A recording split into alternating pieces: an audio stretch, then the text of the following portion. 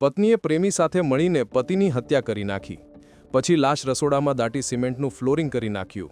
આટલું જ નહીં, આ કાંડ કરીને પત્નીએ પતિ ગુમ થયો હોવાની ફરિયાદ પણ નોંધાવી. દ્રશ્યમ ફિલ્મ જેવી જ આ ચોંકાવનારી ઘટના અમદાવાદના સરખેજમાંથી સામે આવી. સરખેજના ફતેવાડીમાં રહેતા સમીરભાઈ બિહારી 1.5 વર્ષ પહેલા રહસ્યમય રીતે ગુમ થયા હતા. જ્યાં પત્ની રૂબીએ સરખેજ પોલીસ સ્ટેશનમાં ફરિયાદ નોંધાવતા પોલીસે શોધખોળ શરૂ કરી હતી. જ્યાં 1.5 વર્ષ પછી પણ તેમની કોઈ ભાળ મળી નહોતી. હવે બીજી બાજુ સમીર ગુમ થયો ત્યારથી પત્ની રૂબીનો નજીકમાં રહેતા ઇમરાન સાથે સંપર્ક વધી ગયો હતો. આ ઇમરાન રૂબીના ઘરે અવારનવાર આવતો જતો હતો, જેના વિશે એક સ્થાનિકે ક્રાઇમ બ્રાન્ચને બાતમી આપતા ટીમે રૂબી અને ઇમરાન બંને પર વોચ રાખતા બેઉ વચ્ચે પ્રેમ સંબંધ હોવાનું જાણવા મળ્યું હતું. ક્રાઇમ બ્રાન્ચે શંકાના આધારે બંનેને બોલાવીને ઉલટ તપાસ શરૂ કરતા બંને આશરે 1.5 વર્ષ પહેલા છરીના ઘા મારી સમીરની હત્યા કરી લાશ રસોડામાં દાટી દીધી હોવાની કબૂલાત કરી હતી.